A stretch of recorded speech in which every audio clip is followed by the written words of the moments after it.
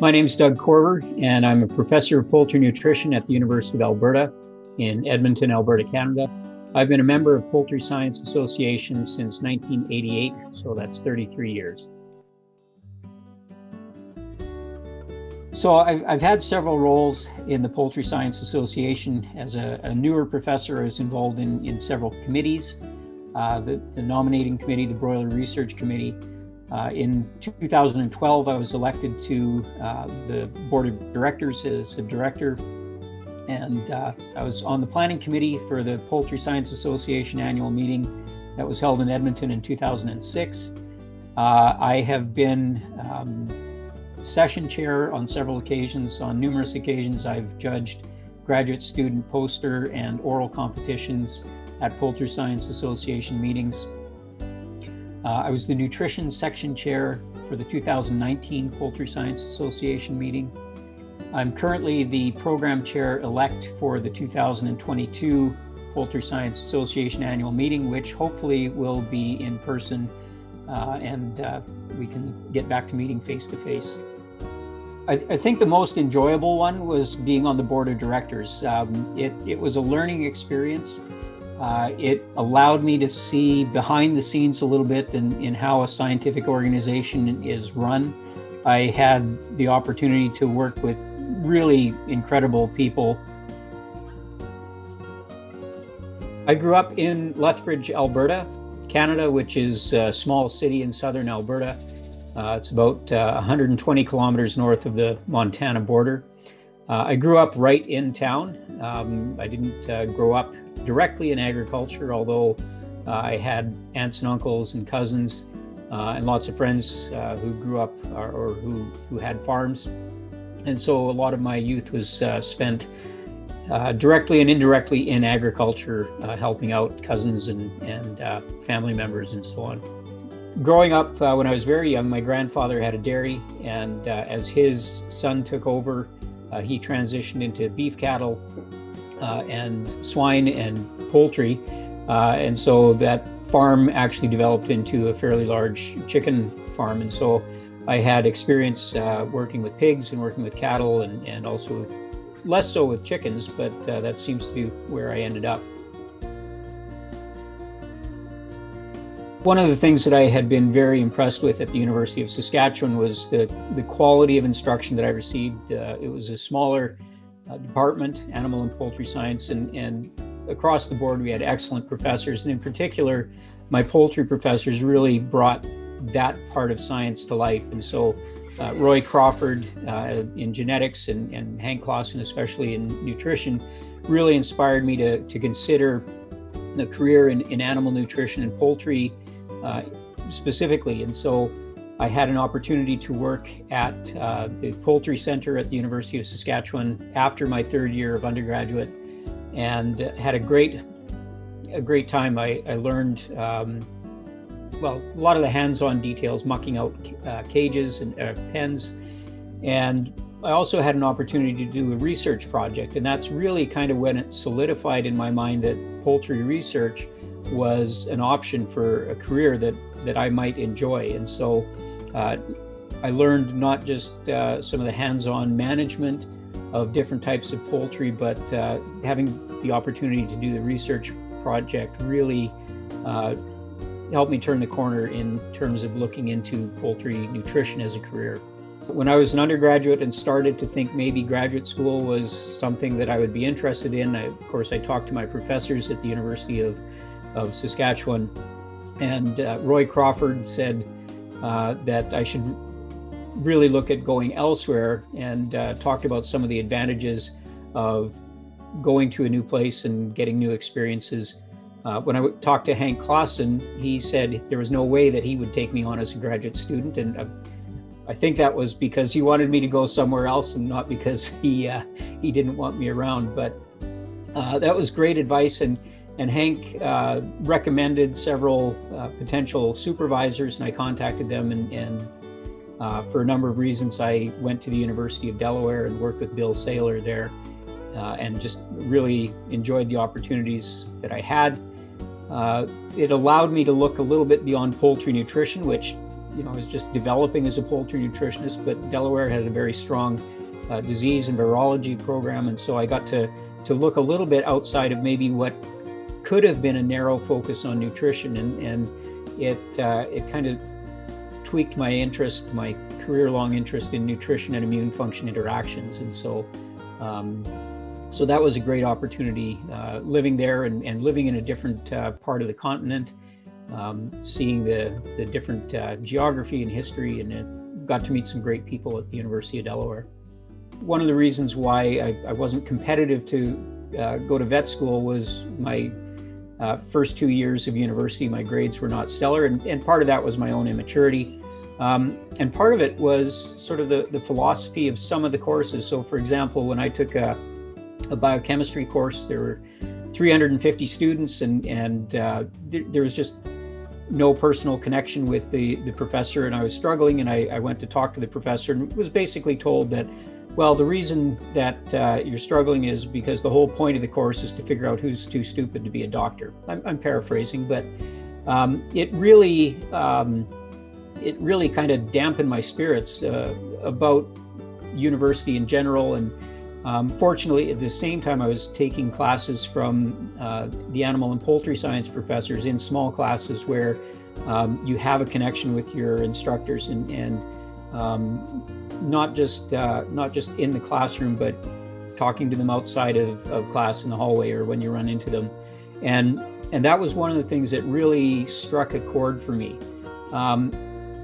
That, there were professors that paid attention to who their students were and who knew who they were. One of my former professors I ran into in a completely different city at a Shakespeare festival, and 25 years later he recognized me and didn't even skip a beat. And so it's just that small agricultural community that we've got, and that's especially true in poultry science, I think. I had an opportunity to hear Kirk Klasing from the University of California, Davis give a talk, and it was really intriguing, and I had an opportunity to have breakfast with him and talk about the possibilities of a PhD. And so he gave me some encouragement, and I applied and started a PhD at UC Davis under Kirk's supervision. And so that was, again, moving to a completely new environment, the opposite coast.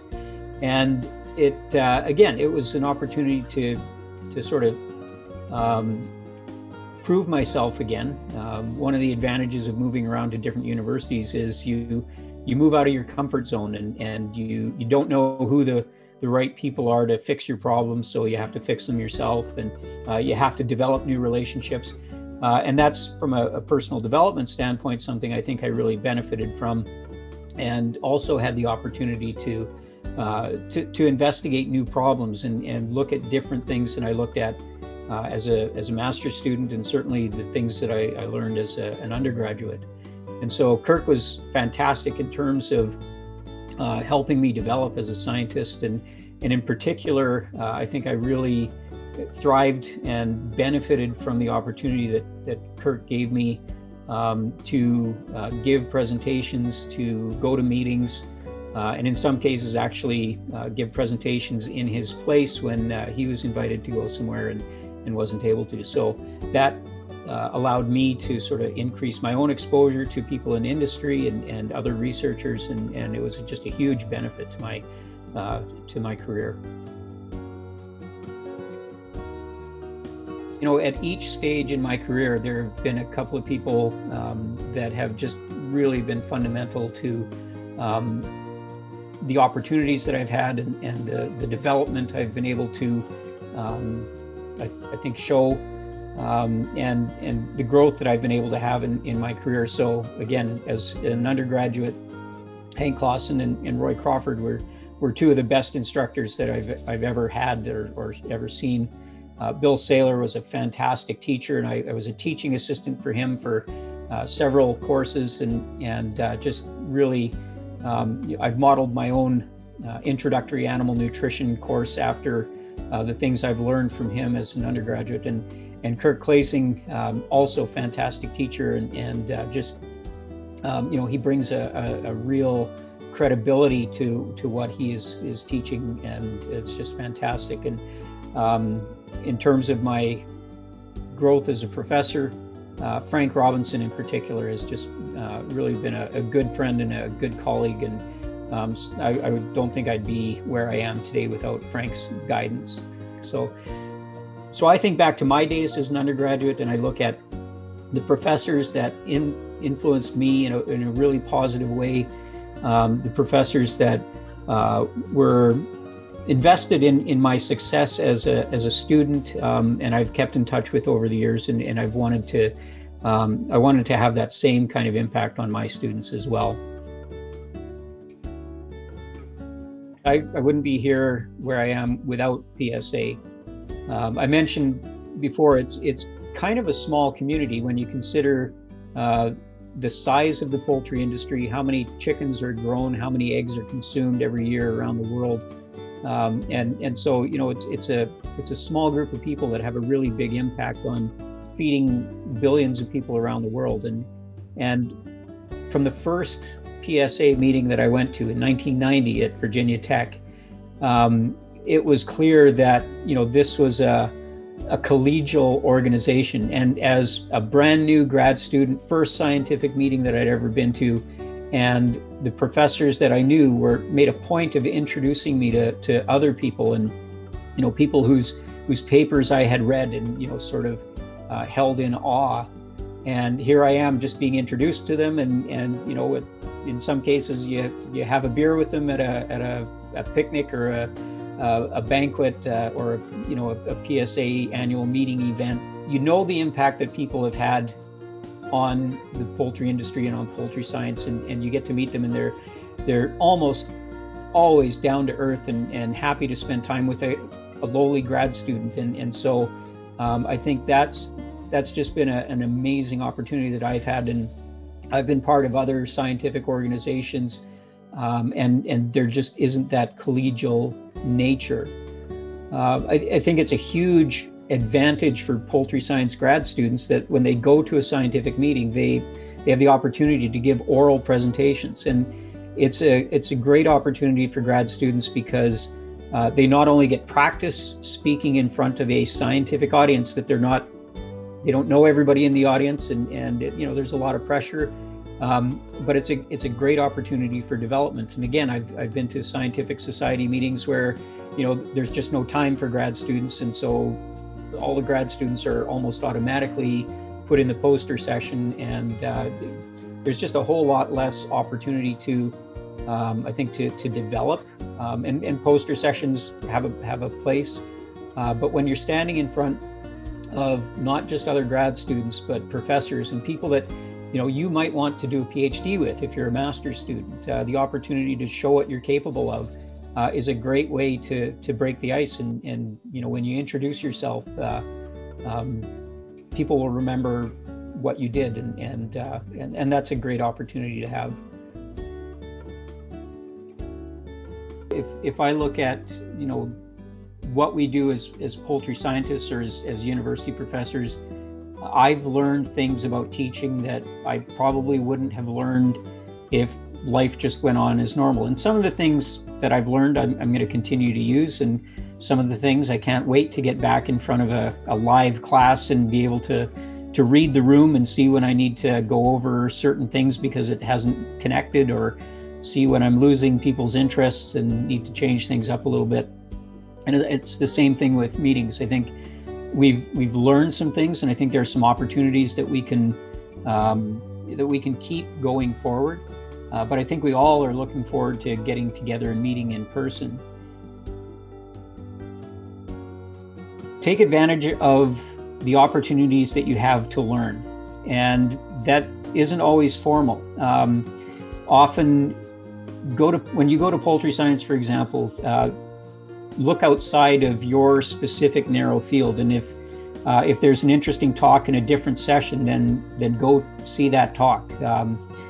There's so many things that as I think of myself as a poultry nutritionist, but there's little things that I've been able to pull in from other areas that I've learned either through formal classes or poultry science talks or extra reading, and when you have that breadth or that context, you start to see interesting connections to other areas, and it helps you figure things out for yourself. It helps you to figure out when you need to talk to someone else that could really make a huge contribution to your own research, because they would provide a viewpoint and expertise that you just don't have. And so I think there's always opportunities to learn, often when you don't even expect it. The friends that you make, the friends that you make in grad school, and the people that you meet, and the opportunities and experiences you have, are things that will stick with you through the rest of your career. And it's great. I still stay in touch with former professors and other grad students and technicians at the various places that I've been, and it's really enriched my life. One of the things that I've learned over the years is that life rarely goes exactly the way you planned it. And so having goals and setting objectives for yourself, those are important things. But don't take your life going slightly differently as a failure or something that can't be overcome. And often the little setbacks, and sometimes even big setbacks that we face, really are an opportunity to do something different, or to go down a path that we hadn't necessarily set out to go down, but really end up benefiting. And so I can think of numerous things in my professional life and in my personal life where the goals that I had set weren't necessarily achieved, but I ended up in a better place than I thought I would. I look at my mentors and colleagues that have been named fellows before me, and those are the people that I have a huge amount of respect for, and in many cases I've patterned my career after as much as possible, and so it's really humbling, and I have to thank the people involved in nominating me and writing support letters, particularly Hank Cosson for leading the charge, and Kurt Klasing and Bill Saylor and Mam Dusifri for writing letters of support.